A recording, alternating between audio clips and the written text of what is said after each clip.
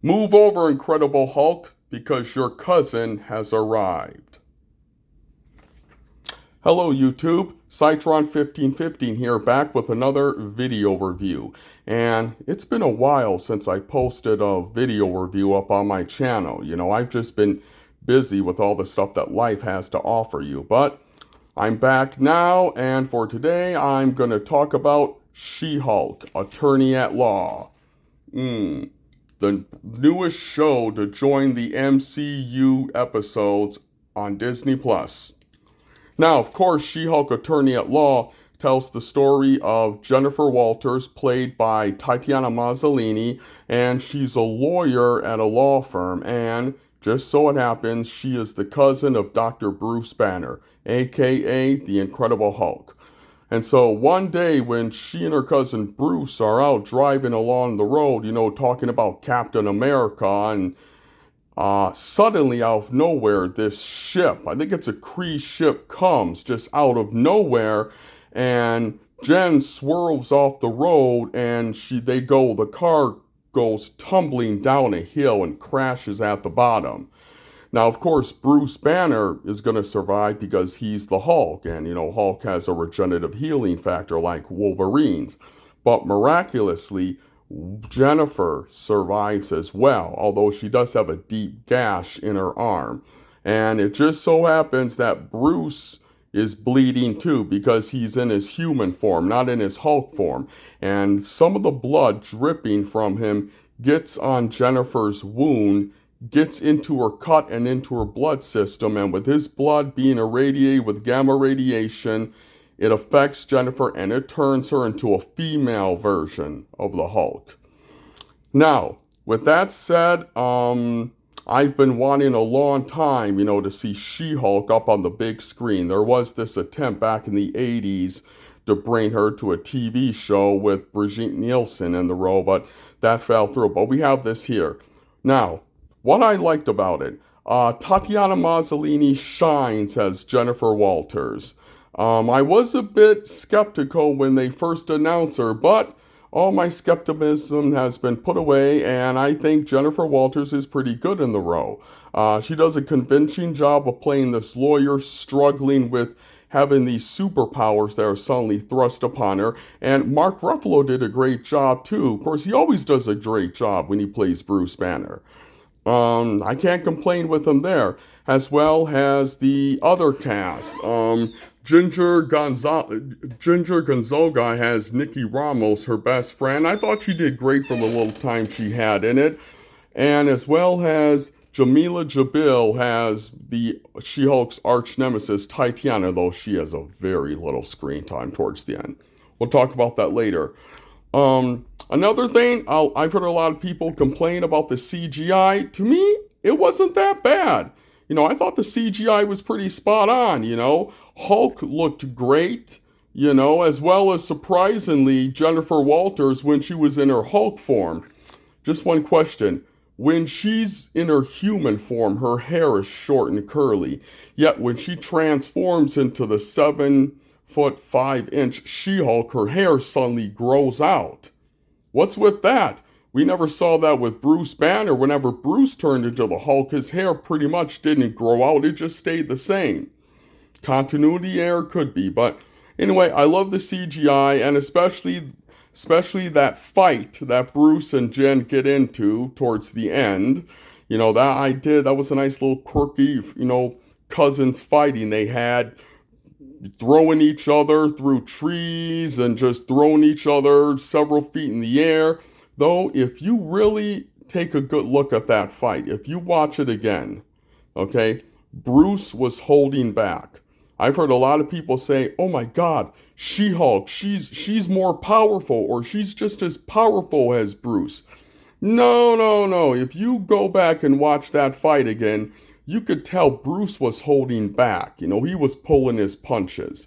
He was only fighting at half strength because, Jen was his cousin and he didn't want to bruise her or damage her in any way. So there's that. Another thing I liked about it was the opening. It had a strong opening. I like how it opens up with Jen giving a monologue about power and how to use it. And what happens if you misuse it. That was a good opening. I know I'm licking my lips a lot, but here's what I didn't like about it. Okay? Oh boy.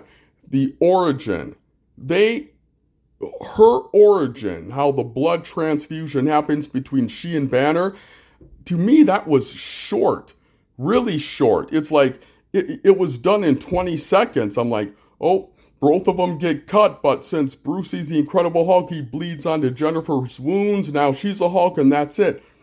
I wish they would have gone more in depth with her origin story. You know, originally she was a lawyer prosecuting against the mafia.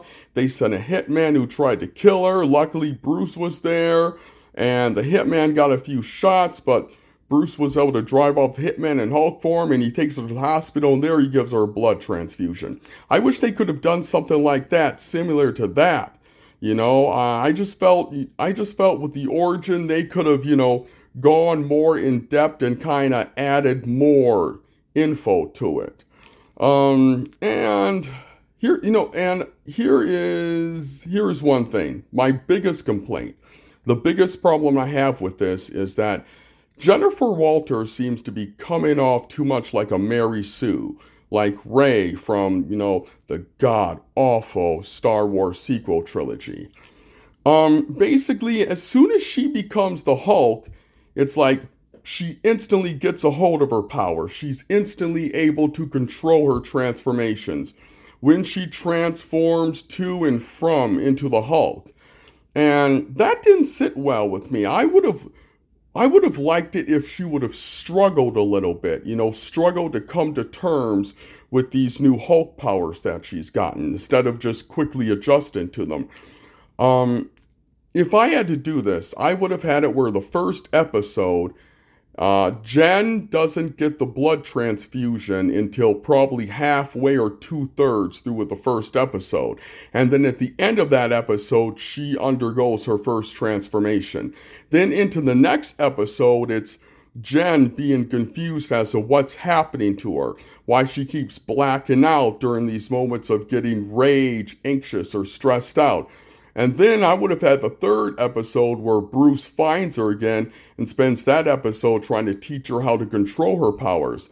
One thing I love about a hero is I love to watch them struggle. I like to watch them go through obstacles as they learn to, come to terms with what's going on. And I felt they're not doing that with Jen. It's like as soon as she gets the powers, boom, she has full control of them. And, I would have loved to have seen her struggle to control her transformations. They get out of control. She has to come to terms with it and find ways through yoga, meditation, or something to control them. But I wish they would have prolonged that for a few episodes. I think it would have added more depth and weight to Jennifer's character arc. And finally, that last fight scene. Now we're going back to Jamil Jamil as Tatiana. She shows up at the very end, at the last scene of this episode, and she crashes through a courtroom, forcing Jen to change into her She-Hulk persona, and Jen just defeats her with one punch. Just one punch. Now, I don't know if this is true or not, but I've heard that this is how it happened in the comic book. This was originally how their first encounter happened. She-Hulk knocked Titania off, which is one punch. Okay, but here, I wish it could have dragged out a little bit longer, or to show Jennifer still trying to come to terms with her powers, have Titania win the first time she fights She-Hulk. Have Titania totally dominate her, and thus shows, that She-Hulk is still come to grips with her strength and everything. But anyway, that's it for this review. I'm going to say this, for rating-wise, I'm going to say this is watch this show at your own risk. But that's it for this episode. Hope to see you again for my review of episode 2. Talk to you later. Bye.